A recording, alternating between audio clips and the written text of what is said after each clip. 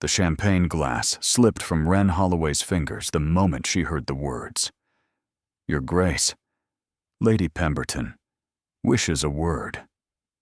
She watched in frozen horror as the man she'd just handed a drink, the exhausted-looking servant she'd pitied, the one leaning against the pillar in rumpled shirt sleeves, straightened to his full height and turned with the easy authority of someone who owned not just this room, but perhaps the entire county. "Tell Lady Pemberton I'll find her shortly," he said, his voice carrying a quiet command that made the footman bow deeply before retreating. The champagne glass lay shattered at Wren's feet, golden liquid seeping into the marble floor like spilled sunlight. She couldn't move, couldn't breathe, couldn't do anything but stare at the man who was most definitely not a servant. He turned back to her, and she saw it now. How had she missed it? The quality of his shirt, though unbuttoned at the collar and damp with perspiration. The signet ring glinting on his finger, heavy with ancestral weight. The way he held himself, not with the weariness of labor, but with the controlled tension of someone escaping something he couldn't name. "You've gone rather pale," he observed, one dark eyebrow rising with what might have been amusement. "Should I be offended?" "I." Wren's voice emerged as a croak, her throat suddenly dry as parchment. She cleared it desperately, heat flooding her face with such intensity she thought she might actually ignite on the spot. "I thought you were a servant?" His lips curved into something between amusement and genuine curiosity, an expression that transformed his severe features into something almost approachable. "Yes, I gathered that when you pressed a glass into my hands and told me to sit down before I collapsed." Oh, God. She had said that. She'd actually ordered a duke to sit down. The words echoed in her memory with mortifying clarity. "Your Grace, I am so terribly sorry. I didn't realize. You weren't wearing a jacket, and you looked so tired, and I assumed you assumed a servant might appreciate a moment's rest and a drink." He studied her with unsettling intensity, those gray eyes cataloging every detail of her face, as if committing her to memory. "Do you know, you're the first person tonight who's offered me either?" Wren didn't know how to respond to that. Around them, the Pemberton ball continued in full splendor.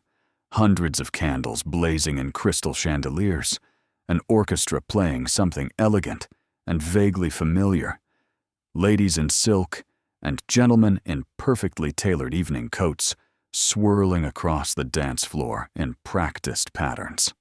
And here she stood in her borrowed dress that was 3 seasons out of fashion, having just commanded one of the most powerful men in England to take a seat. "I should go," she managed, already stepping backward, her heel crunching on a shard of broken glass. "Please forgive the intrusion, Your Grace. I meant no disrespect." Wait. The single word stopped her cold, carrying an authority that seemed to come as naturally to him as breathing. "You haven't told me your name." "I don't think that's your name." It wasn't a request this time. There was something beneath the command. Curiosity, perhaps, or something she couldn't identify. "Wren," she said, because apparently her mouth had stopped consulting her brain entirely. "Wren Holloway. Wren." He repeated it slowly, as if tasting the word, rolling it over his tongue. "Like the bird. My mother was fond of them. She said they were small but fierce." "And what brings you to the Pemberton ball, Wren Holloway? You're not on the guest list." "I know. I helped Lady Pemberton prepare it myself." Of course he had. Of course the Duke of Thornbury was intimately involved with the social arrangements of the grandest ball of the season. And of course he would notice that she didn't belong among the glittering guests. "I'm here as a companion," she admitted, seeing no point in lies that would only tangle her further. "To Mrs. Ashby, the elderly lady in the blue turban by the window. Her usual companion fell ill with a fever, and I was engaged for the evening at short notice." A hired companion. Yes, Your Grace. Something flickered across his features. Interest, perhaps, or calculation. Before he could respond, a commotion near the main entrance drew both their attention, voices rising above the music. "There you are, Caius!" A woman swept toward them like a ship in full sail, her crimson gown cut daringly low, diamonds blazing at her throat like captured starlight. She was beautiful in the way that expensive things are beautiful. Polished. Perfect. Entirely without warmth. Lady Arabella. The Duke's voice cooled by several degrees, frost creeping into his tone. How fortunate. I've been looking everywhere for you. Lady Arabella attached herself to his arm with practiced possession, her smile sharp as cut glass. Your grandmother is asking after you, and we really must discuss the arrangements for... She stopped. Her gaze landed on Wren with the focused precision of an arrow finding its target. Who is this? The question carried layers of judgment. The borrowed dress, the unfashionable hair, the obvious lack of jewels or status.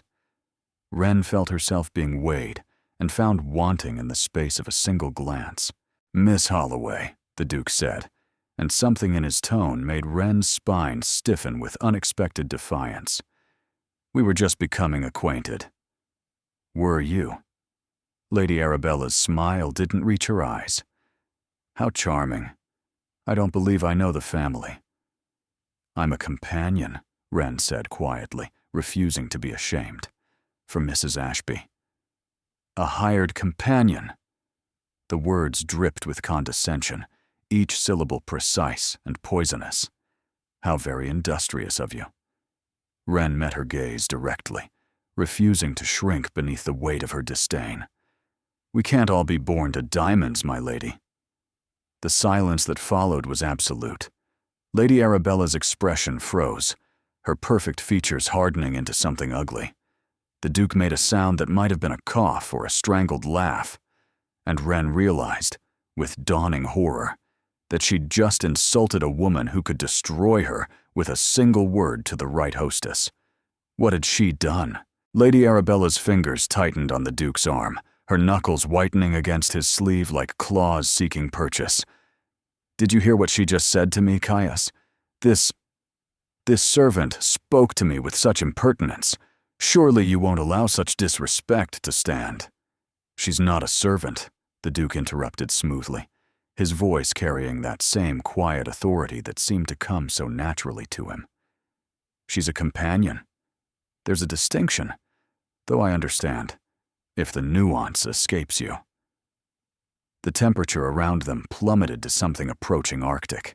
Lady Arabella's beautiful face contorted briefly, a flash of rage breaking through the porcelain mask, before smoothing into a facade of wounded dignity. "I see." Her voice could have frozen champagne in its glass. "Well, your grandmother will certainly be interested to hear about your choice of conversation partners this evening, if you'll excuse me." She swept away in a rustle of crimson silk, leaving Wren alone with the Duke once more. Several nearby guests quickly averted their gazes, pretending they hadn't been watching with rapt attention. "You shouldn't have done that," Wren said immediately, her voice low and urgent. "She'll make you pay for embarrassing her." "Lady Arabella has been making me pay for various imagined offenses since we were children sharing a nursery at country gatherings." The Duke's tone held weary familiarity, the exhaustion of someone who'd fought the same battle countless times. "One more won't signify. But what concerns me more is what she'll do to you." His gray eyes met hers with unexpected directness, something almost like concern flickering in their depths. "You realize you've just made an enemy of one of the most vindictive women in London society." Wren's stomach dropped like a stone cast into deep water. She did realize, now that the rush of defiance had faded and cold reality crept back in. Mrs. Ashby would dismiss her the moment Lady Arabella whispered in her ear. And if Lady Arabella chose to spread word that Wren was difficult, impertinent, unsuitable, no respectable family would hire her again. One moment of pride, and she'd destroyed her only means of income.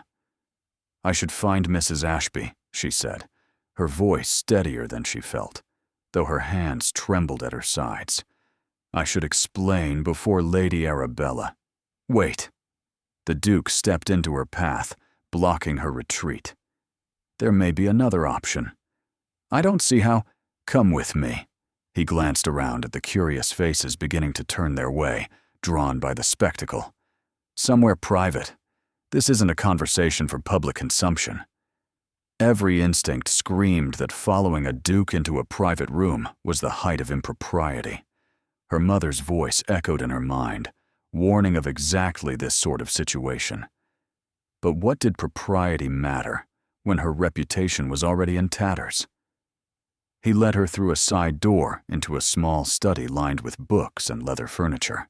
The noise of the ball faded to a distant murmur as he closed the door behind them, sealing them in silence. "You're wondering why I was hiding by that pillar," he said without preamble, turning to face her. "Without my jacket. Looking like, as you so eloquently put it, a servant about to collapse. The thought had occurred to me, Your Grace. I was escaping." He moved to the fireplace, resting one arm on the mantel with the exhausted grace of someone who'd been performing all evening and desperately needed to stop. "My grandmother, the Dowager Duchess of Thornbury, has decided that this season is the season I must marry. She's arranged this entire ball in coordination with Lady Pemberton for the sole purpose of pushing Lady Arabella into my path at every opportunity." Wren's brow furrowed. "Lady Arabella expects to marry you?" "Lady Arabella expects to become a duchess. I happen to be the most convenient means to that end." His jaw tightened, muscle flickering beneath the skin. "Her family has connections my grandmother values. Her fortune would restore the estates my father neglected in his final years. On paper, she's the perfect match. But you don't want to marry her." "I don't want to marry anyone." The words came out flat, final, carrying the weight of absolute conviction. "But my grandmother won't accept that answer. She's been parading eligible women past me for 6 months straight, and Lady Arabella is her current favorite. Tonight's ball was supposed to end with an unofficial announcement of our courtship." Wren understood now why he'd been hiding without his jacket, seeking a moment's peace in the shadows. But she didn't see how any of this concerned her. "I'm sorry for your difficulties, Your Grace, but I still don't understand why you've brought me here." "Because you gave me something tonight that no one else has in months." He turned to face her fully, his gray eyes intent and searching. "You saw a tired man who needed rest, and you offered kindness without expecting anything in return. You didn't know who I was. You didn't care. You simply helped. Anyone would have done the same." "No." His voice hardened with bitter certainty. "They wouldn't. I've spent the last year watching people calculate my worth with every glance, assessing my title, my fortune, my usefulness to their ambitions. You're the first person who's looked at me and seen a man instead of a prize." Wren felt heat creeping up her neck, unsure how to accept such unexpected praise. "Your Grace." "Caius," he corrected quietly. "If we're going to do this, you might as well use my name." "Do what exactly?" He smiled then, and it transformed his face, made him look younger, almost boyish, despite the weariness in his eyes and the shadows beneath them. "I want to hire you, Miss Holloway, not as a companion, as something far more interesting." "I don't understand." "My grandmother wants me to court someone appropriate this season. Lady Arabella is her choice, but she's not the only option." He stepped closer, his voice dropping to something conspiratorial. "If I were seen courting someone else, someone unexpected, someone who captured my attention so thoroughly that Lady Arabella's claims became irrelevant. My grandmother would have to accept it. The pieces clicked together with sickening clarity, forming a picture she could hardly believe. You want me to pretend to be your romantic interest. I want you to save me from a marriage I don't want. And in exchange, I'll save you from the destruction Lady Arabella is currently planning for your reputation. His gaze held hers, steady and unflinching. You'll live at Thornbury House as my sister's guest. You'll attend balls and dinners and be presented as a woman of gentle breeding who's captured the Duke's attention. When the season ends, we'll part amicably, and you'll have connections and references that will open doors you can't currently imagine. Wren's mind raced, trying to find the flaws in his proposal. And if someone discovers the truth, if they realize I'm nobody, then we handle it together. Caius extended his hand, palm up, an offering and a challenge. What do you say, Wren Holloway? Will you help me? The question hung between them like a held breath, heavy with possibility, and somewhere beyond the study door, Wren heard Lady Arabella's voice raised in indignation, demanding to know where the Duke had gone. Wren stared at his outstretched hand, as if it might bite her. You're asking me to lie, she said slowly, working through the implications. To deceive your entire family, your grandmother, all of society. I'm asking you to play a role. His hand remained steady, patient as stone. One you're uniquely qualified for, as it happens. How am I uniquely qualified to impersonate someone worthy of a duke's attention? Because you're not impersonating anything. Caius lowered his hand, but his gaze didn't waver from her face. You are a gentleman's daughter, aren't you? Your posture, your speech, and the way you hold yourself. These aren't things that can be taught overnight. You've had instruction. Wren's throat tightened with old grief. My father was a merchant, successful once. My mother insisted we learn how to conduct ourselves properly, should fortune ever smile upon us. And then? And then my father trusted the wrong partner. The old wound ached as she spoke, familiar as a scar. Lost everything in a shipping venture that turned out to be fraud.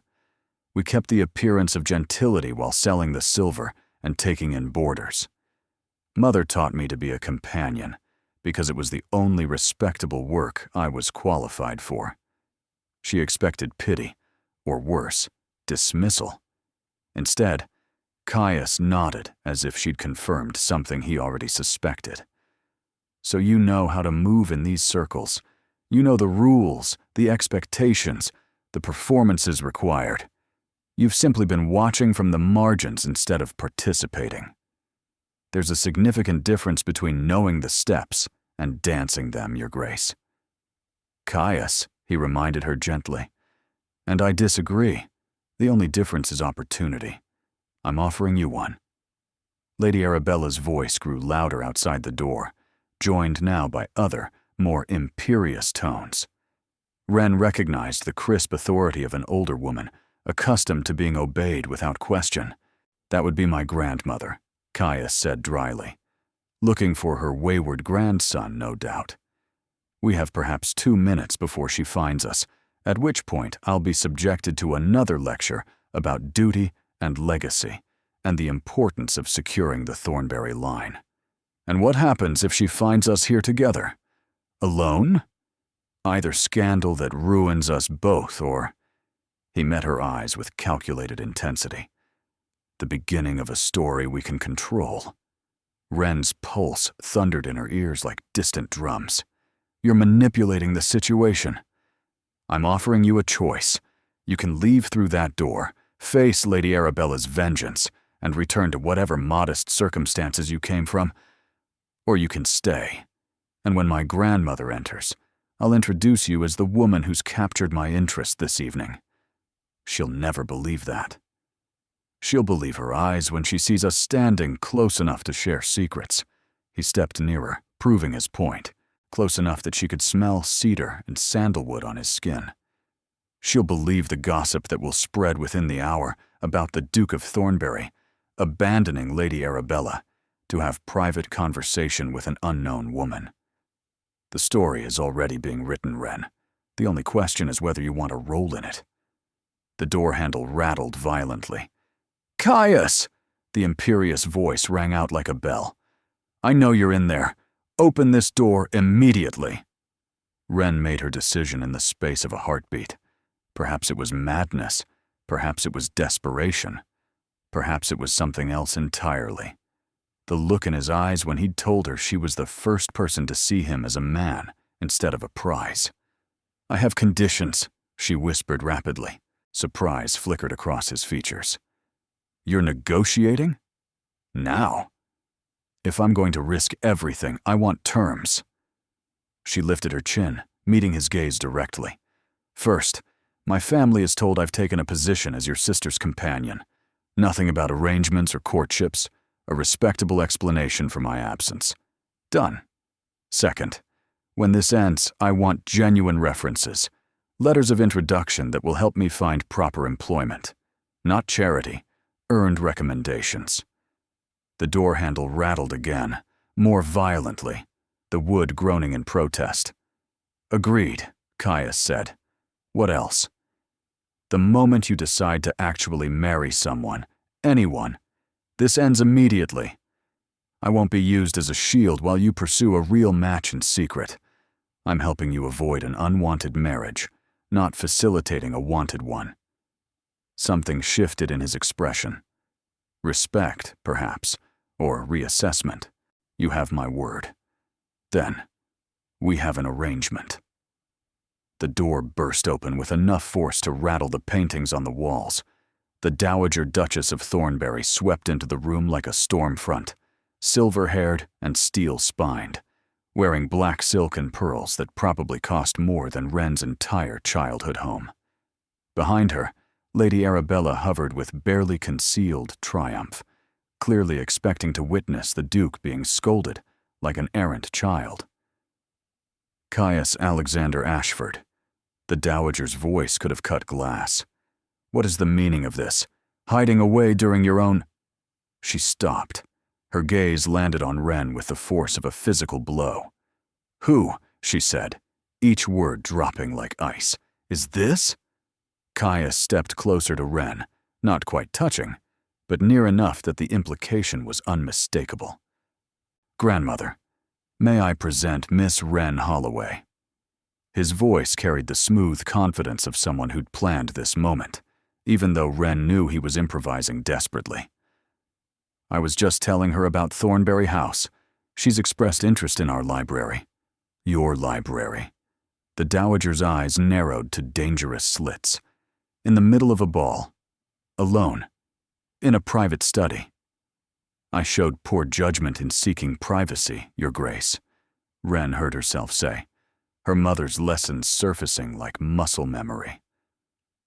"The Duke was kind enough to describe the Thornbury collection when I mentioned my love of literature. I should have insisted we remain in public view. The fault is entirely mine." It was the right thing to say, taking blame while subtly emphasizing that Caius had been kind rather than improper. The Dowager's expression flickered with something that might have been grudging acknowledgement. "Holloway," she repeated slowly, testing the name. "I don't recognize the family."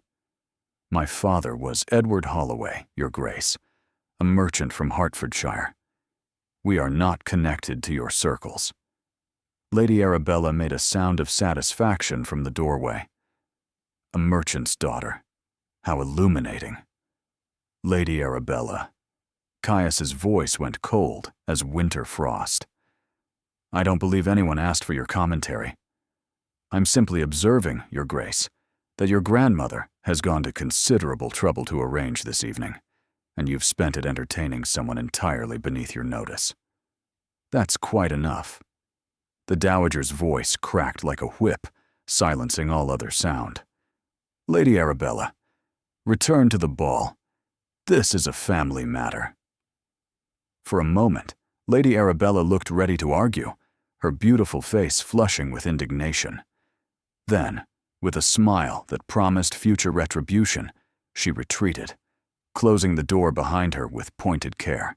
The dowager turned back to Wren with the focus of a hawk spotting a field mouse.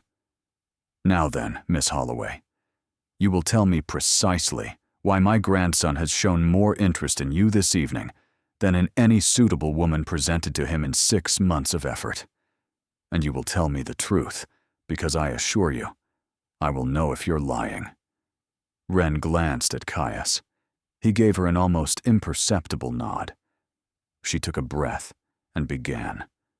The dowager's question hung in the air like a blade waiting to fall. Wren felt Caius tense beside her, ready to intervene, but she placed her hand briefly on his arm, a gesture that didn't go unnoticed by the older woman, whose eyes tracked the movement with predatory interest. "The truth, Your Grace, is quite simple," Wren said, keeping her voice steady despite her racing heart. "I mistook your grandson for a servant." The dowager blinked. Whatever she'd expected, it clearly wasn't that. "You what?" He was standing by a pillar without his jacket, looking exhausted and overheated. I assumed he was a footman who'd been working too hard, so I brought him a glass of champagne and told him to sit down before he collapsed. Wren lifted her chin slightly, refusing to show shame. I only discovered his identity when another servant addressed him as Your Grace. Silence stretched between them, thick and heavy. Caius made that strangled sound again, definitely a suppressed laugh this time. "You ordered my grandson to sit down," the dowager said slowly, as if testing whether she'd heard correctly. "I did, Your Grace.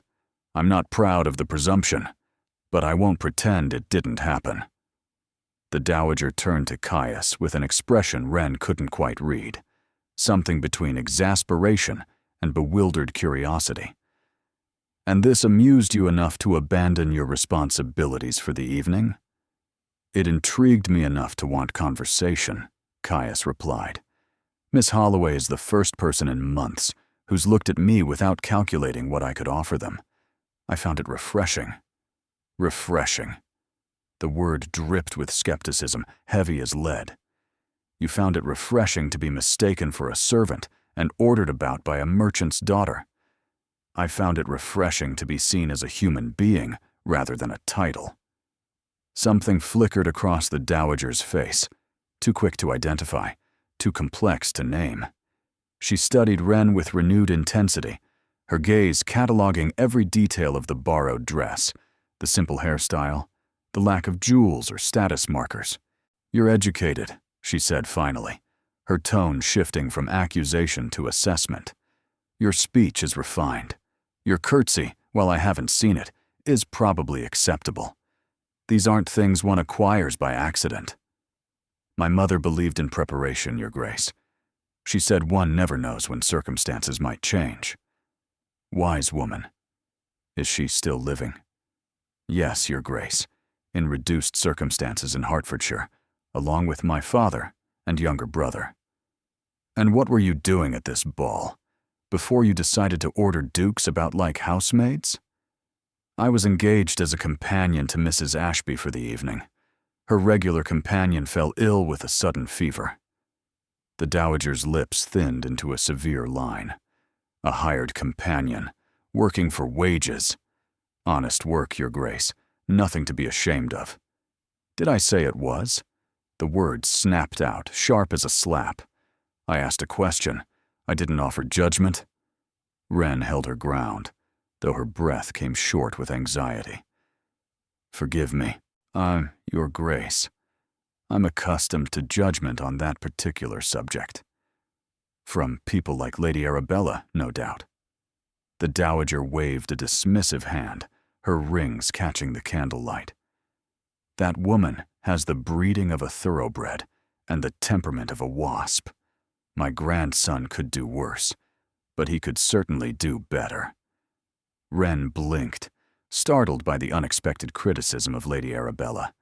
She'd assumed the dowager fully supported the match. "Don't look so surprised," the dowager continued, reading her expression with unsettling accuracy. "I'm not blind to her faults. I simply considered them manageable in exchange for her connections and fortune. But if Caius has found someone who interests him more—" She trailed off, her gaze sharpening to a point. "Has he, Miss Holloway, interested you more than Lady Arabella, I mean?" It was a trap. Wren recognized it immediately. Answer yes, and she'd be admitting to designs above her station. Answer no, and she'd undermine the entire fiction they were constructing. "I think, Your Grace, that your grandson interests himself." Wren chose her words carefully, navigating the treacherous waters. "I'm simply the first person who didn't bore him with obvious ambitions." The dowager stared at her for a long moment, something unreadable working behind her eyes. Then, incredibly, she laughed, a short, sharp bark of genuine amusement that transformed her severe face. "Oh, you are clever. I see why he likes you." She turned to Caius, her expression sobering quickly. "This is madness, you realize. The scandal alone—" "There's no scandal yet," Caius interrupted firmly. "Only curiosity. And curiosity can be shaped into whatever narrative we choose. Miss Holloway has agreed to visit Thornbury House as Isolde's guest. A respectable arrangement. A new friend for my sister. Someone to keep her company during the season." The dowager's eyes narrowed dangerously. "Isolde doesn't need a companion. She has more friends than she can count." "Then one more won't be remarkable." Caius's voice held quiet steel. "Grandmother, I've done everything you've asked for 6 months. I've attended every dinner, every ball, and every excruciating music hall you've arranged. I've endured Lady Arabella's constant presence and her mother's transparent scheming. I'm asking for one thing in return: time. Space to breathe. Miss Holloway provides both. By pretending to court her? By appearing interested enough that Lady Arabella stops circling like a shark scenting blood." The door burst open again, this time admitting a young woman in pale blue silk, dark hair escaping its pins and wild curls, cheeks flushed with excitement and exertion. "Is it true?" She practically bounced into the room, ignoring all propriety. "Lady Pemberton said Caius disappeared with a mysterious woman, and Lady Arabella looks like she swallowed a lemon, and everyone's talking about—" She stopped, finally noticing Wren. "Oh, you must be her." "Isolde." The dowager's voice carried warning and weariness in equal measure. "This is not the moment." "This is exactly the moment." The young woman, Caius's sister, clearly, grabbed both of Wren's hands with alarming enthusiasm, her grip warm and surprisingly strong. "I'm Isolde. You're the woman who told my brother to sit down. That's the most wonderful thing I've heard in months. Please say you're coming to stay with us. Please say you'll drive Lady Arabella absolutely mad. I'll be your best friend forever if you do." Wren found herself smiling despite everything, charmed by the girl's infectious energy. "She's coming," Caius said firmly. "As your guest, Isolde, your new friend from the ball." Isolde's grin could have lit chandeliers. "Perfect. Absolutely perfect. Oh, this is going to be wonderful." The dowager sighed heavily, the sound of someone who had long since lost this particular battle. "I see I'm outnumbered." "You're outnumbered," Isolde agreed cheerfully, "and you secretly love it. Come on, Miss Holloway. Let's escape before grandmother changes her mind or finds another lecture to deliver." She tugged Wren toward the door, leaving Caius alone with the dowager. As Wren glanced back over her shoulder, she saw the older woman lean close to her grandson, her voice dropping to a murmur Wren couldn't hear. Whatever she said made Caius's expression tighten with something like pain. But then Isolde pulled her into the corridor, and the conversation was lost behind a closing door. The carriage to Thornbury House departed at midnight, spiriting Wren away from the Pemberton ball, like something from a fever dream she couldn't quite wake from. Isolde chattered the entire journey, filling the darkness with stories about London society, gossip about Lady Arabella's previous failed pursuits, and detailed descriptions of every room at Thornbury House. The dowager sat in rigid silence, watching Wren with an expression that revealed nothing, her eyes glittering in the shadows like a cat's. Caius had remained behind to manage the social fallout, promising to follow in the morning. "You'll love the library," Isolde was saying, her enthusiasm undimmed by the late hour. "It's 3 stories tall, with one of those rolling ladders on brass rails. Father used to let me climb it when grandmother wasn't looking. And the gardens. Oh, the gardens are magnificent, even this time of year. There's a maze that takes 20 minutes to solve if you don't know the trick. And a folly by the lake where Isolde." The dowager's voice cut through the chatter like a blade. "Let the poor woman breathe. I'm just excited." Isolde squeezed Wren's hand, her fingers warm and reassuring. "We never have visitors who aren't boring or scheming or both. You're neither. I can tell." "You've known me for less than an hour," Wren pointed out gently. "I have excellent instincts." Isolde beamed with unshakable confidence. "Grandmother says it's my only redeeming quality." "I said no such thing. I said your instincts occasionally compensate for your complete lack of discretion. See? A compliment." Wren found herself warming to Isolde despite her exhaustion. The girl's enthusiasm was infectious, her warmth genuine. So different from Caius's controlled reserve, yet sharing something of his intensity. The carriage rolled through the night, leaving London's lights behind for darker country roads. Wren pressed her face to the window, trying to see anything in the moonlight, but shadows swallowed the landscape whole. She must have dozed, because the next thing she knew, Isolde was shaking her arm gently. "We're here. Wake up. You have to see it properly." Wren blinked, disoriented, and stepped out of the carriage into cold night air that smelled of grass and wood smoke, and something floral she couldn't name. Thornbury House rose before her like something from a Gothic novel. Pale stone gleamed in the moonlight, towers and turrets reaching toward the stars, like fingers grasping at heaven. Windows stretched across 3 visible floors, dark now, but promising warmth within. The entrance was flanked by columns that made her feel very small indeed. "It's—" She couldn't find words adequate to the sight. "Excessive," Isolde supplied cheerfully. Grandmother's word. Father called it characterful. Caius calls it a money pit. She linked her arm through Wren's with easy familiarity. "I call it home. Come on. Mrs. Blackthorne will have prepared your rooms." Inside was even more overwhelming. Marble floors reflected candlelight from chandeliers overhead, the crystals throwing rainbows across the walls.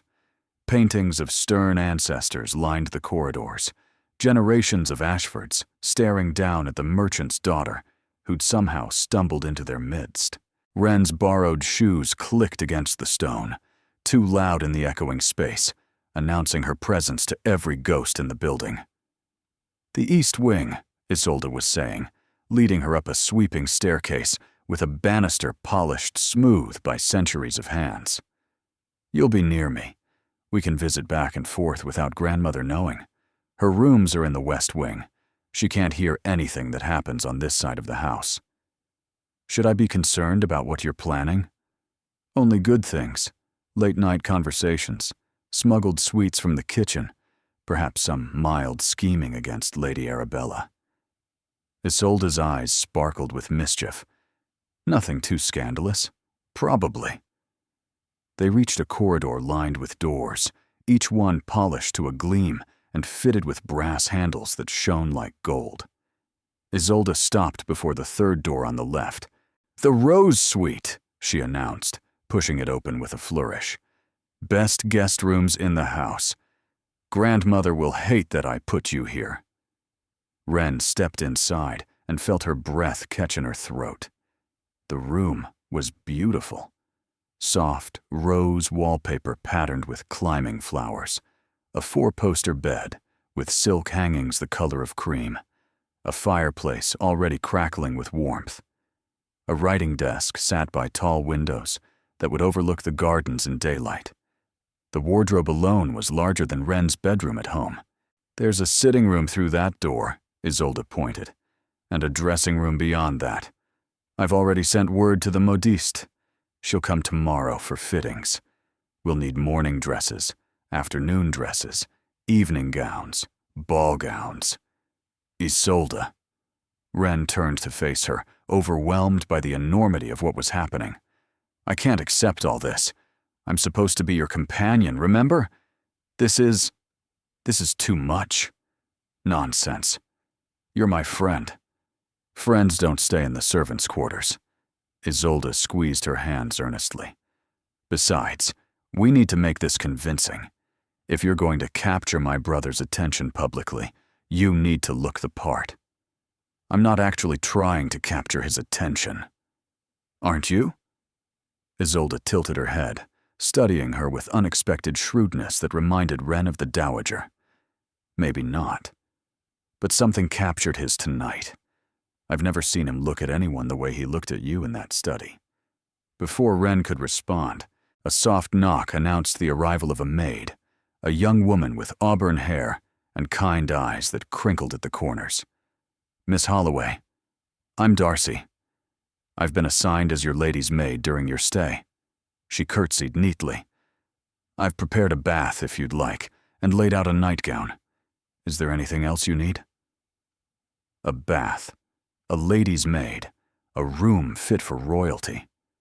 12 hours ago, Wren had been calculating whether she could afford new stockings before winter. "Thank you, Darcy. A bath sounds wonderful." Isolde embraced her impulsively, wrapping her in warmth. "Sleep well. Tomorrow the adventure begins properly." She disappeared in a whirl of blue silk, leaving Wren alone with Darcy and the surreal awareness that her entire life had shifted on its axis. As Darcy helped her undress, another thing Wren wasn't accustomed to, she caught a reflection in the mirror. The borrowed ball gown hung loose now, looking even more obviously second-hand in this elegant setting. "We'll have proper things for you soon, miss," Darcy said kindly, following her gaze with understanding. "Lady Isolde has already made a list. She's very excited to have a guest." "Does she not have many friends visit?" "Friends, yes, but not ones who make her laugh the way you did in the carriage." Darcy smiled warmly. "The house has been rather gloomy lately, since the old Duke passed." Wren's attention sharpened like a blade. "When did he die?" 8 months ago, miss. Very sudden. His Grace, the young Duke, I mean, hasn't been the same since. None of them have, really. 8 months. Caius had been fighting off marriage pressure while still raw with grief. "What was he like?" Wren asked quietly. "The old Duke?" Darcy's expression softened with obvious affection. "Kind, miss. Gentle. He used to come to the kitchens and steal biscuits like a boy, no matter how cook scolded him. His Grace, our current Duke, inherited his father's responsibilities, but not his ease with them. The old Duke made it look effortless. The young Duke makes it look like war." Wren sank into the bath Darcy had prepared, letting the warm water ease muscles she hadn't realized were tense. She was in over her head. Pretending to belong in this world of dukes and dowagers, of silk gowns and 3-story libraries. One wrong step, and she'd be exposed, humiliated, cast out. But as she closed her eyes, she saw Caius's face when he'd told her she was the first person to see him as a man instead of a prize. Perhaps they were both drowning. Perhaps they could learn to swim together. Morning arrived with pale winter sunlight streaming through curtains Wren didn't remember closing. She woke disoriented, momentarily forgetting where she was. Then memory crashed back. The ball, the Duke, the impossible arrangement she'd agreed to. and she sat up so quickly she made herself dizzy. Darcy appeared almost immediately with tea and toast, her efficiency bordering on magical. "Lady Isolde thought you might want breakfast in your room this morning, miss. The Dowager Duchess has requested your presence at 11 o'clock in her private sitting room." Wren's stomach tightened into knots. "Did she say why?" "No, miss." "But—" Darcy hesitated, her hand stilling on the tea tray. "Best be prepared for questions. Her Grace likes to know everything about everyone under her roof." It wasn't a warning exactly, but it wasn't reassurance either. Wren dressed carefully in a morning gown Isolde had sent.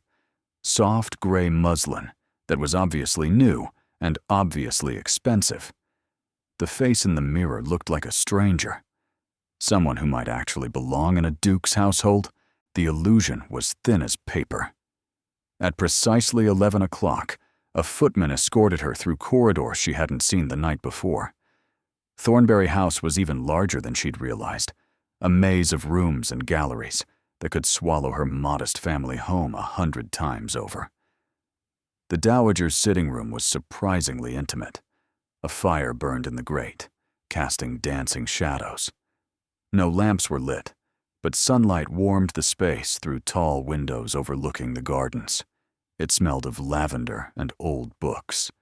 The Dowager herself sat perfectly straight in a wingback chair, embroidery in her lap that she clearly wasn't working on. "Close the door," she said by way of greeting. "Sit. We have much to discuss." Wren obeyed, folding her hands in her lap and waiting with what she hoped was composure. "I've made inquiries about your family." The Dowager's voice was cool, clinical. "Edward Holloway, merchant of Hertfordshire.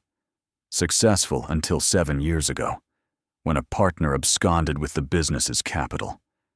Your mother, Margaret, née Pemberton, no relation to our hostess last night, was a vicar's daughter with pretensions of gentility. One brother, Simon, currently working as a clerk. The family takes in boarders to make ends meet." Each fact landed like a stone, heavy with implied judgment. Wren kept her expression neutral. "You've been thorough, Your Grace. I'm always thorough." The Dowager set aside her embroidery with deliberate precision. "What interests me is not your circumstances, Miss Holloway. Poverty is not a crime, whatever Lady Arabella might believe. What interests me is your intentions." "My intentions are exactly what His Grace described. To provide a distraction from Lady Arabella's pursuit until— Don't." The word cracked like a whip. "Don't recite the arrangement back to me as if I'm a fool. I know what my grandson proposed. I want to know what you actually want." Wren met her gaze directly, refusing to flinch. "What I want is irrelevant, Your Grace. What I need is to survive. Your grandson offered me a way to do that when Lady Arabella was preparing to destroy my reputation. I accepted. It's as simple as that. Nothing is ever simple where my family is concerned." The Dowager leaned forward slightly. "My grandson is grieving, Miss Holloway. He's been grieving for 8 months, and he shows no signs of stopping. He buries himself in estate work and parliamentary duties, and avoids anything that might require him to feel something genuine. Darcy mentioned the old Duke's passing. I'm sorry for your loss." "Don't be sorry. Be careful." The Dowager's eyes glittered with something fierce. "My son was everything to Caius. Teacher, mentor, friend. When he died, something in Caius died with him. He's been going through the motions ever since, performing duty without actually living." Wren thought of the exhausted man by the pillar, hiding from his own ball. "Is that why you've been pushing him to marry? To force him back to life?" The Dowager's expression flickered with surprise. "You're perceptive. I'm not sure I like that." "I've had to be perceptive to survive, Your Grace." "Yes, I suppose you have." The older woman was quiet for a moment, her gaze distant. "My son married for love, against my wishes, against all practical sense. His wife, Caius's mother, was a country squire's daughter, with no fortune and no connections. I thought he was throwing himself away. Were you wrong? I was spectacularly wrong. The admission seemed to cost her something. They were happy. Truly, deeply happy. When she died giving birth to Isolde, my son never recovered. He spent 19 years alone rather than replace her. The dowager's voice hardened. And now Caius is doing the same thing, burying his heart rather than risking it again. Only instead of widowhood, he's using duty as his excuse. Wren processed this slowly. You don't actually want him to marry Lady Arabella. Lady Arabella would make him miserable. But miserable is still alive. Miserable still involves feeling something. The dowager fixed her with a piercing stare. What I want, Miss Holloway, is for my grandson to wake up, to stop sleepwalking through his life. Lady Arabella might have shocked him into reaction through sheer irritation. She trailed off. I'm unknown, Wren finished quietly. Unpredictable. You saw him as a person when everyone else sees a title. Do you have any idea how rare that is? How valuable? I was offering a tired man a drink. It wasn't calculated. Which is precisely why it mattered. The dowager rose, moving to the window. I'm not going to oppose this arrangement, Miss Holloway. Not because I approve, I don't. The scandal potential is enormous, and if this goes wrong, we'll all suffer consequences. Then why allow it? Because last night was the first time in 8 months I've seen my grandson genuinely surprised. The dowager turned back, her expression complex. Surprise is close to feeling. Feeling is close to living. If you can make him feel something, anything, then perhaps you're worth the risk. Wren stood slowly. And if I hurt him? Then I will make certain you regret every decision that led you to this house. The threat was delivered without heat, which made it more frightening. I have resources you cannot imagine, and patience you cannot outlast. If you're using my grandson's grief for personal gain, I will discover it, and I will destroy you. I understand, Your Grace. Do you? The dowager studied her for a long moment. Perhaps. We'll see. She moved toward the door, then paused, her hand on the frame. One more thing. This house has seen much grief but often very little joy these past years. My granddaughter hopes you'll change that. Don't disappoint her. She left without waiting for a response, and Wren sank back into her chair with shaking hands. The fire crackled. Sunlight warmed the room. And somewhere in this enormous house, a grieving duke was waiting for her to help him escape a future he didn't want. She was no longer sure what she'd agreed to. She was no longer sure of anything at all. The days that followed settled into an unexpected rhythm. Mornings belonged to fittings and preparations. Madame Fontaine, the modiste, arriving with fabric samples and fashion plates, transforming Wren inch by inch into someone who looked like she belonged. The gowns she created were masterpieces of subtle elegance, designed to suggest quality breeding rather than new money. Understated, Madame Fontaine declared, pinning sage green silk at Wren's waist with practiced precision. We make them wonder about you, not dismiss you. Afternoons belonged to Isolde, who threw herself into Wren's education with infectious enthusiasm. They walked the gardens despite the cold, Isolde pointing out which paths led where, which follies hid the best views, which corners of the maze trapped the unwary. Lady Arabella got lost in there once, Isolde confided gleefully, her breath misting in the cold air. Took 2 hours to find her. She blamed the gardener and had him dismissed. Father rehired him the next day.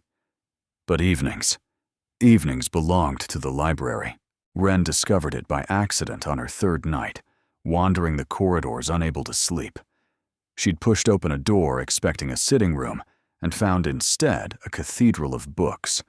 3 stories of shelves rose toward a painted ceiling depicting scenes from mythology. Rolling ladders on brass rails waited at intervals like faithful servants. Reading alcoves tucked into corners, with leather chairs worn soft by generations of use. The smell of old paper and wood polish wrapped around her like an embrace. She was reaching for a volume of Shakespeare when a voice came from the shadows. "That's a first edition." Wren spun, her chest seizing with surprise. Caius sat in one of the alcoves, barely visible in the firelight, a glass of something amber in his hand. "I didn't realize anyone was here," she managed. "I'm often here. Late nights when the house feels too quiet." He gestured to the chair across from him. "Join me, if you'd like." She shouldn't. The impropriety alone with a man at night, unchaperoned. But the dowager's words echoed in her mind. Surprise is close to feeling. Feeling is close to living. Wren sat. "You've been avoiding me," she said. "I've been giving you space to adjust." He swirled his drink, watching the firelight catch the liquid. "Isolde can be overwhelming." "Isolde is wonderful." "She is." A ghost of a smile crossed his features. "She's also relentless. I wanted to make sure you weren't regretting your decision before I complicated things further." "By talking to me?" "By being present." His eyes met hers, dark in the firelight.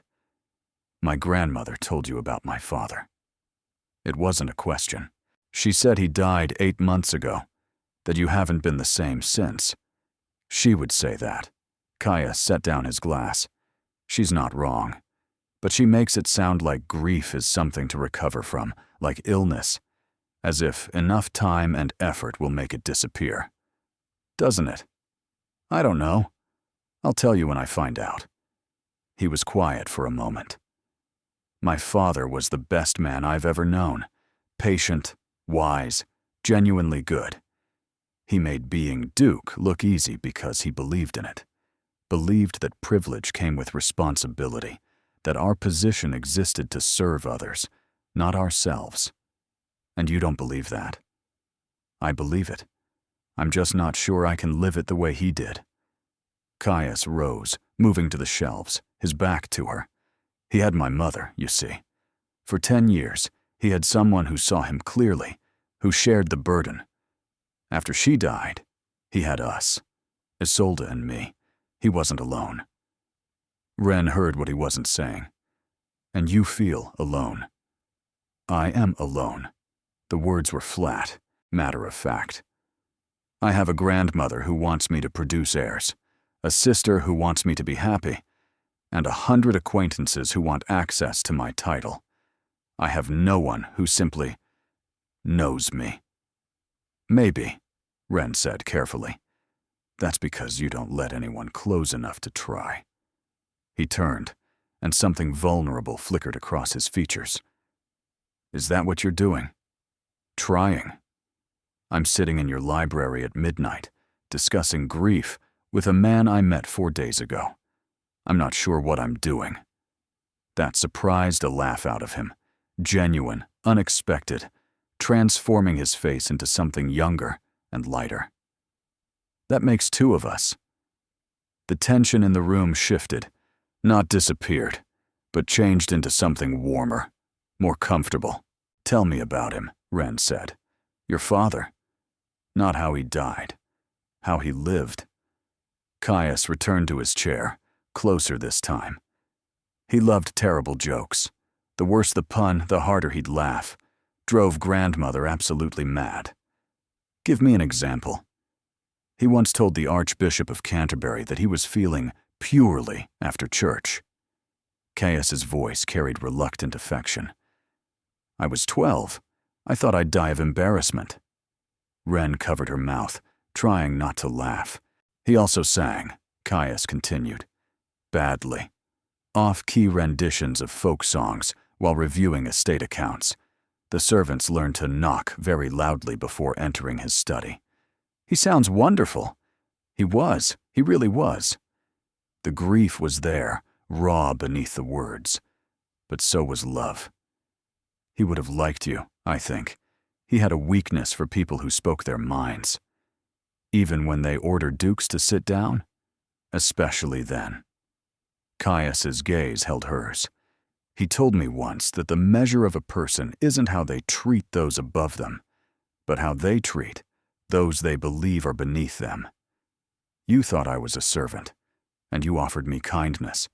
That would have mattered to him. Wren's throat tightened with unexpected emotion. My mother says something similar.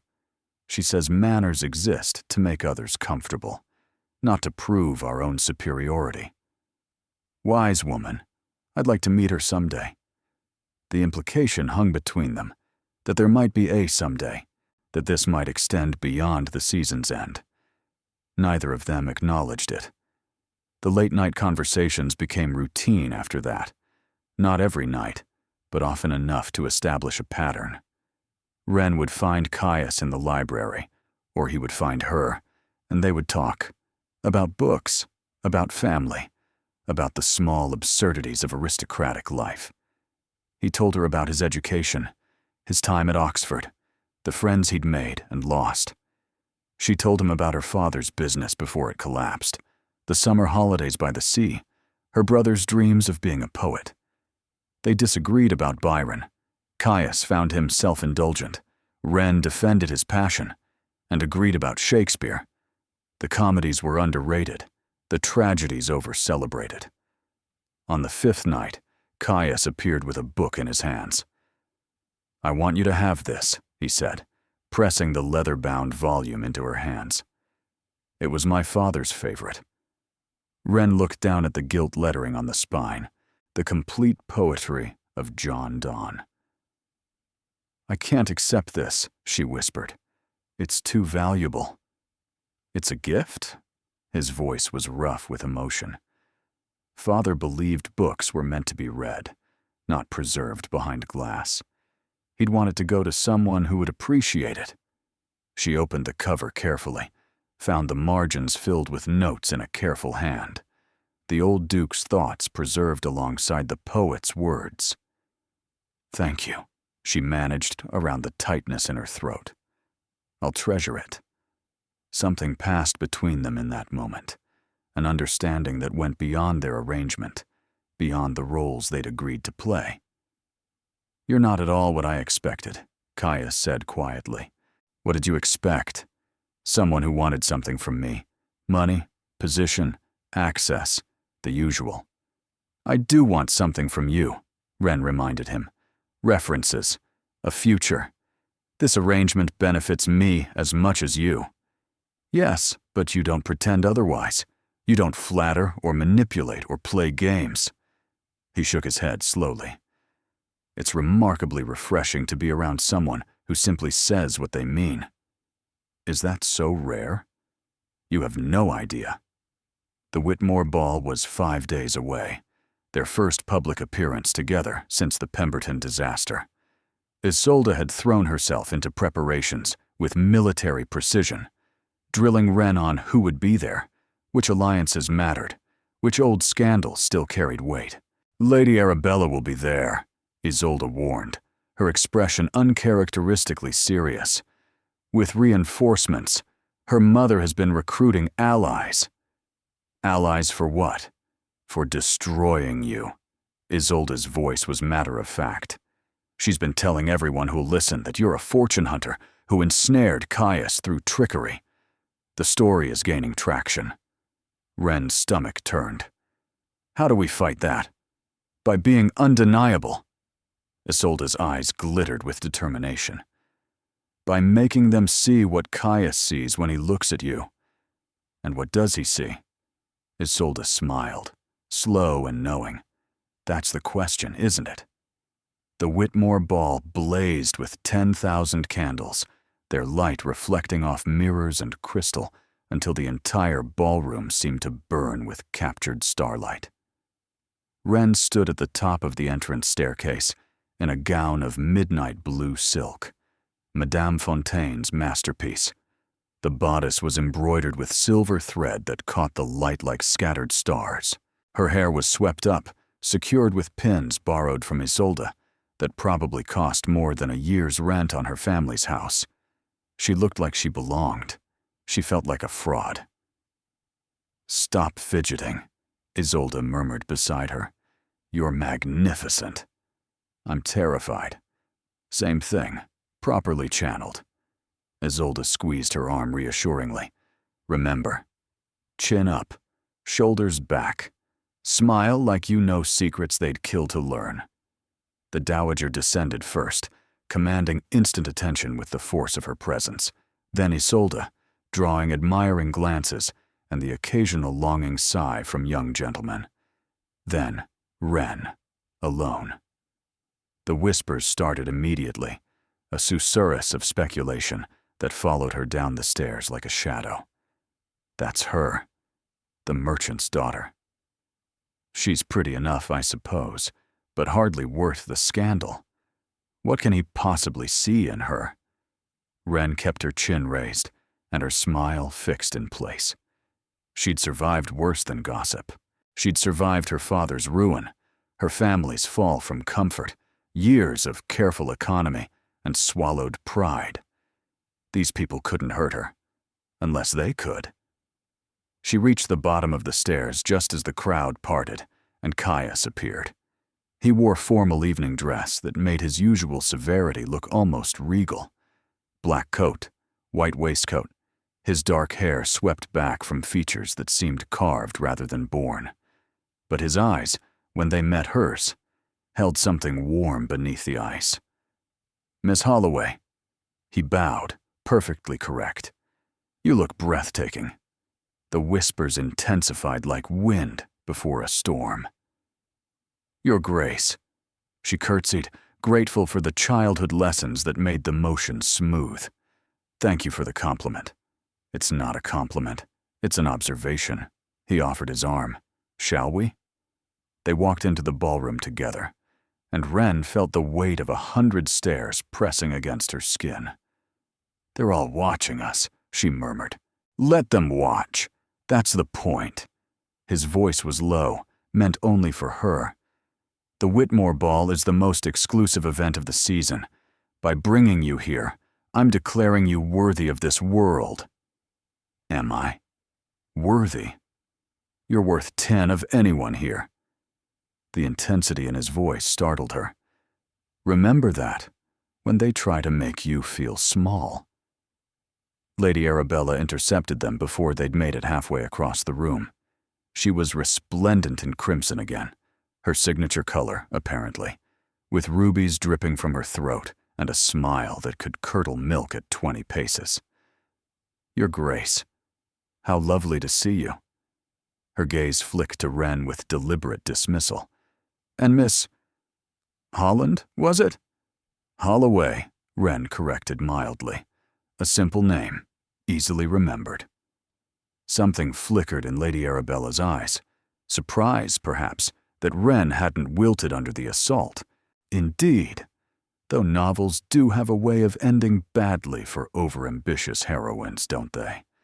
All those cautionary tales about women who reach above their station. I prefer novels where the heroine succeeds despite the odds. Wren smiled sweetly, showing teeth. Much more satisfying. "If you'll excuse us," Caius interrupted, his voice cold as winter frost. "I promised Miss Holloway the first dance." He led her away before Lady Arabella could respond, guiding her toward the dance floor as the orchestra began a waltz. "You handled that well," he said as they took position. "I wanted to throw champagne in her face.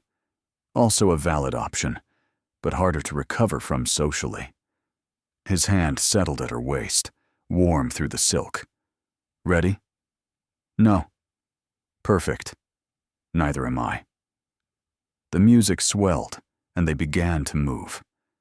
Wren had practiced with the dancing master Isolde had hired, hours of repetition until her feet knew the steps without conscious thought. but nothing had prepared her for dancing with Caius. He moved with controlled grace, guiding her through turns and sweeps, as if they'd danced together for years. His hand at her waist was steady, his grip on her fingers firm but gentle.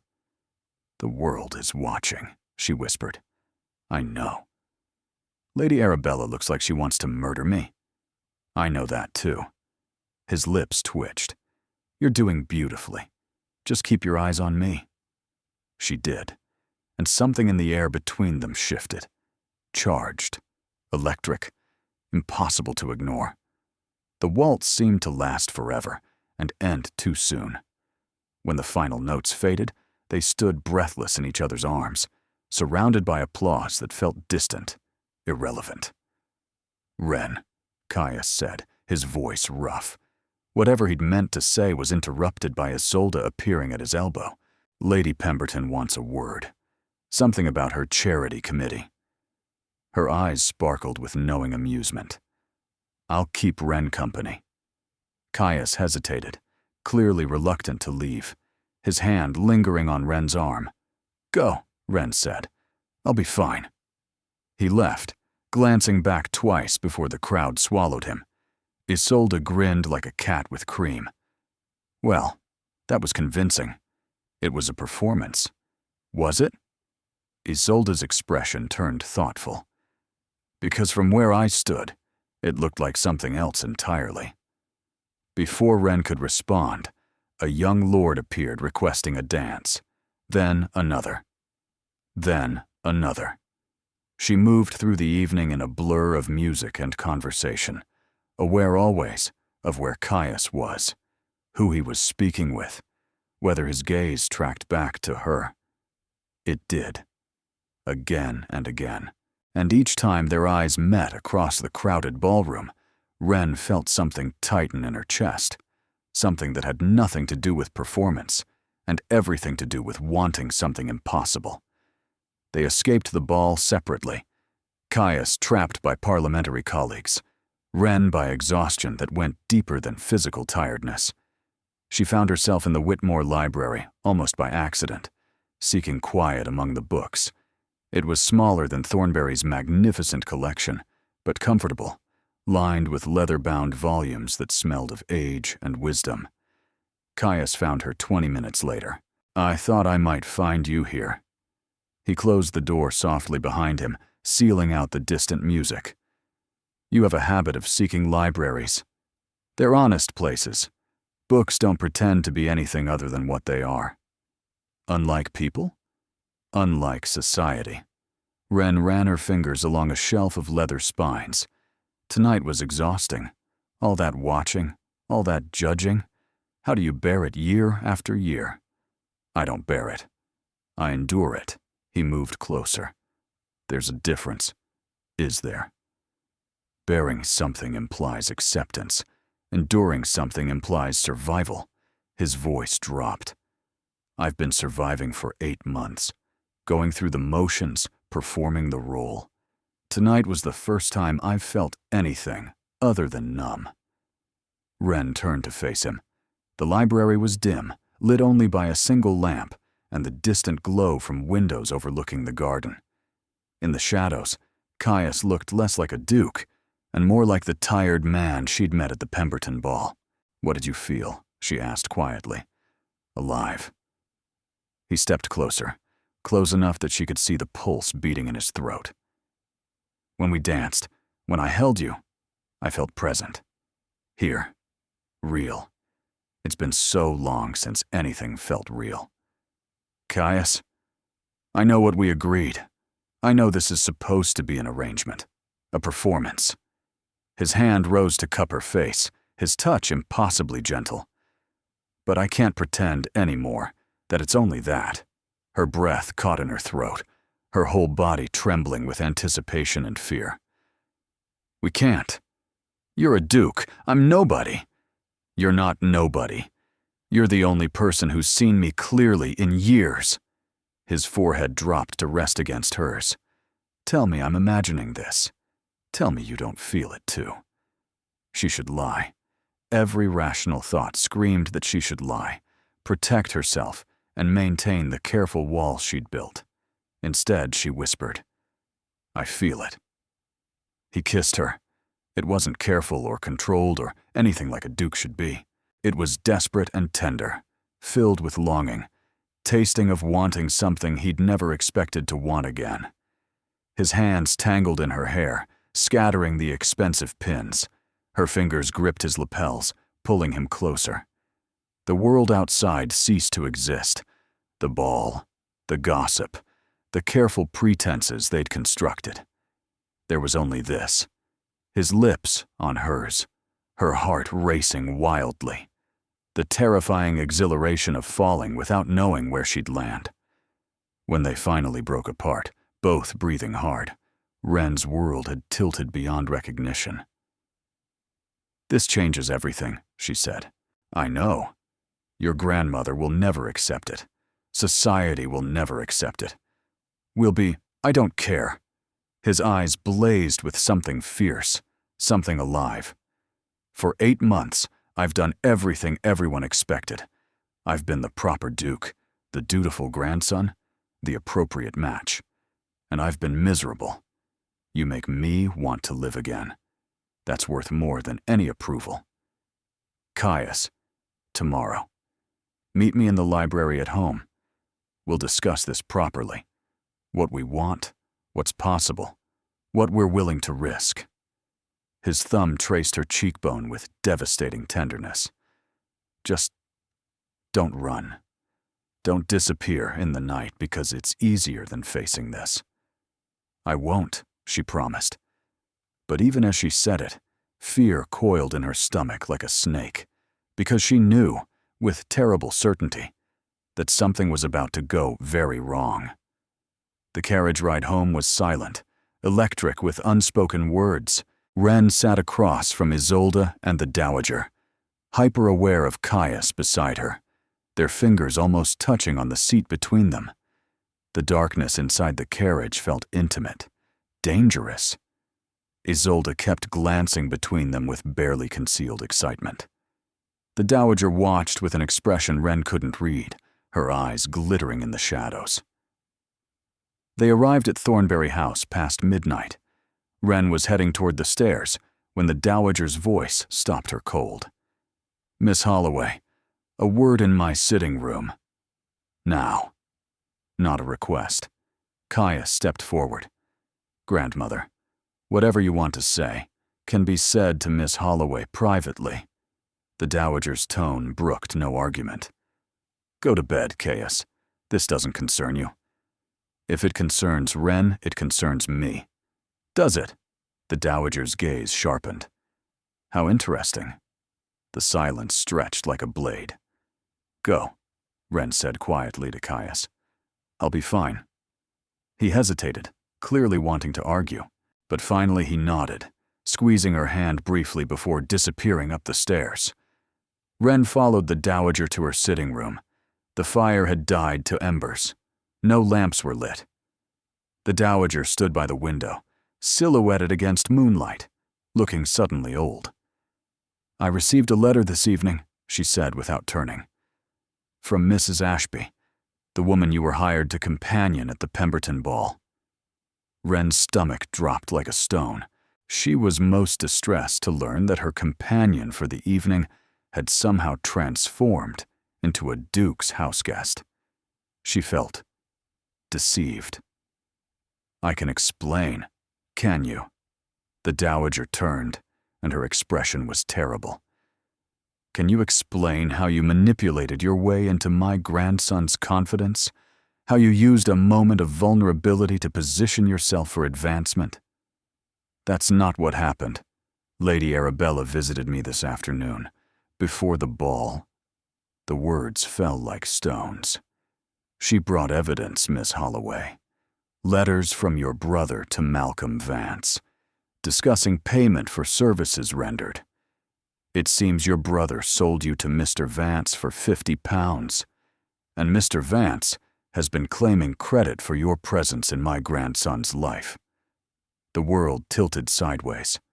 Malcolm Vance, the man who'd arranged for her to attend the Pemberton ball. The man her brother Simon had called a friend, with connections. I didn't know. Wren's voice emerged as a whisper. I swear, Your Grace, I didn't know Simon was involved. Malcolm said he needed a companion for an evening. So you claim ignorance. How convenient. The dowager's voice was ice. Your brother profits. Mr. Vance profits. And you gain access to a grieving, vulnerable man who was desperate enough for connection to believe your kindness was genuine. It was genuine, Wren's voice cracked. I didn't know who Caius was when I offered him that drink. I didn't know about any arrangement until after you'd already positioned yourself perfectly. The dowager moved closer, her shadow falling across Wren like a threat. Do you know what I think, Miss Holloway? I think you saw an opportunity and seized it. Poor, but educated. Gentle but desperate. The perfect combination to exploit my grandson's guilt and loneliness. No. Tears burned Wren's eyes. That's not true. I care about him. I don't. The word was sharp as a slap. Don't stand in my home and claim affection for my grandson while profiting from his misery. The dowager's voice dropped to something cold and final. You will leave tonight. Quietly, without disturbing anyone. I've arranged a carriage to take you back to Hertfordshire. You will not contact Caius. You will not write to Isolde, and you will forget this household exists. But if I could just explain to Caius. If you try to contact him, I will ensure your family loses everything they have left. The boarding house, your father's remaining credit, your brother's position. Gone. I have resources you cannot imagine, Miss Holloway. Do not test them. Wren stood frozen, tears streaming silently down her face. Everything the dowager believed was wrong, but the evidence, Simon's letters, the payments, the convenient circumstances, made it look exactly right. How could she prove her innocence against such a narrative? 1 hour, the dowager said. Pack what you brought and nothing else. The carriage will be waiting. She left without looking back. Wren made it to her room somehow, moving through the corridors like a ghost. Darcy was waiting, her face pale with concern. Miss? What's happened? I have to leave. Wren's voice sounded distant, foreign. Tonight. But miss, please, just help me pack. She left the beautiful gowns, the accessories, and the borrowed life. She took only what she'd arrived with, plus the volume of Don's poetry she couldn't bear to leave behind. At the door of the Rose Suite, she paused to write a note with shaking hands. Caius, I'm sorry. It's not what you think. Nothing was what she says. But I can't prove it, and staying will only hurt you more. Please don't look for me. Please forget I existed. Wren. She left the note on her pillow where he might find it. Then she walked out of Thornbury House, climbed into the waiting carriage, and watched through the window as everything she'd started to want disappeared into the darkness behind her. 3 days. 3 days of silence, of hiding in her family's cramped rooms, of deflecting her mother's worried questions and her father's knowing looks. 3 days of jumping at every sound, half hoping and half dreading that a carriage might appear with a duke demanding answers. None came. On the 4th day, Simon arrived. He burst through the door smelling of alcohol and self-satisfaction, waving a handful of banknotes. I've done it, Wren. Finally pulled off something brilliant. Malcolm came through. £50 just for introducing you to the right people. And now, apparently, there's more coming. Something about the Duke being so pleased with the arrangement that... He stopped, looked at her face, at her mother's horrified expression, at their father's quiet devastation. What? Simon's smile faltered. What's happened? You sold me. Wren's voice was flat, empty, like a horse at auction. You took money to put me in that Duke's path. That's not... I didn't... Simon went pale. Malcolm said it was just a companion position. A good opportunity for you. I didn't know. What did you think would happen? Wren stood, shaking with rage she'd been suppressing for days. Did you think the Duke of Thornbury needed a hired companion? Did you think Malcolm Vance was suddenly interested in charitable placements? I thought... Simon ran a hand through his hair. I thought it was legitimate. Malcolm has connections. He said he could help you move in better circles, maybe find a proper position with a good family. The money was just... evidence, Wren's voice cracked. Evidence that I was part of a scheme to trap a grieving duke into marriage. The Dowager has your letters. Simon, she thinks I manipulated my way into her grandson's affections for profit. But you didn't. You didn't know anything about... It doesn't matter what I knew, Wren shouted. It matters what it looks like. And it looks like my brother sold me to a con man who sold me to a duke. The room fell silent. Their mother pressed a hand to her mouth, tears streaming. Their father stared at the floor, shoulders bowed under the weight of yet another failure. Simon looked like he'd been struck. I'm sorry, he whispered. Wren, I'm so sorry. I never meant... A knock at the door interrupted him. Not a polite knock, a demanding one. Wren's heart stopped. Her father opened the door to find Malcolm Vance standing on the threshold, and behind him, looking like vengeance given human form, Caius Ashford, Duke of Thornbury. Miss Holloway. Caius's voice was controlled, but his eyes burned. We need to talk. Your Grace. Not here. He glanced at her family, at the cramped parlor, at everything she'd never wanted him to see. Somewhere private. Wren nodded numbly, pulling on her cloak and following him out. He led her to his carriage, far too fine for this neighborhood, drawing curious stares from every window. Inside, the silence was suffocating. Your note said it wasn't what I thought, Caius said finally. Tell me. So she did. Everything. Simon's involvement, Malcolm's deception, the Dowager's accusations, the evidence that made her look guilty, the threats that had driven her away. Caius listened without interrupting. When she finished, his jaw was tight with barely contained fury. My grandmother threatened your family. She believed she was protecting you. She was punishing you for something you didn't do. His hand found hers, gripping tight. Wren, I found your note an hour after you left. I confronted my grandmother. When she told me what Lady Arabella had discovered, I went straight to Mr. Vance and extracted the truth. The truth? Malcolm Vance is many things, but he's not willing to lie under threat of prosecution. Caius's smile was grim. Your brother was an unwitting pawn. Vance knew I would be at the Pemberton ball, knew my grandmother was pressuring me to marry. He positioned you there, hoping proximity might create an opportunity he could later profit from. When our arrangement happened organically, he saw his chance, telling your brother he'd orchestrated it, collecting payment for a service that was really just coincidence and your own genuine kindness. Wren's breath caught. So you know I didn't. I knew before I left the house. His voice roughened. I knew because I know you. Because the woman who ordered a tired stranger to sit down wouldn't calculate her way into anyone's affections. Because what we have is real, and no amount of fabricated evidence can change that. Tears spilled down Wren's cheeks.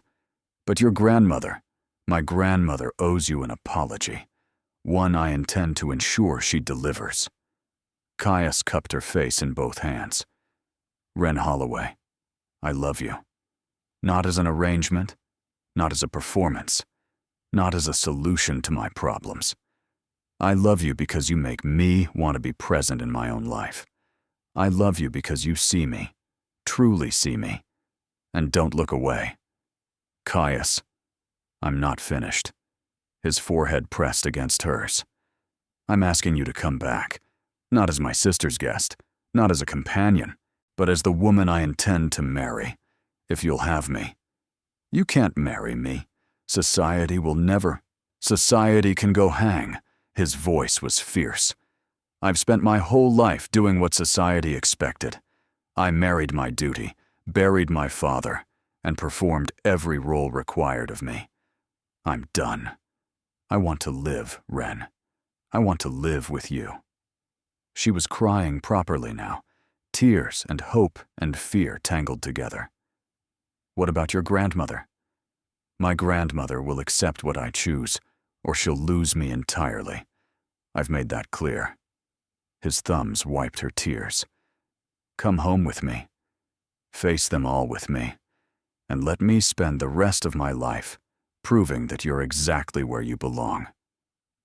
Ren looked at this man, this duke who'd hidden from his own ball, who'd trusted her with his father's poetry, who'd kissed her like she was the only real thing in his world. Yes, she whispered. Yes. He kissed her right there in the carriage, in full view of her neighbor's windows. And neither of them cared. The Ashworth Ball was the event of the season, the one everyone who mattered attended, the one where reputations were made or destroyed.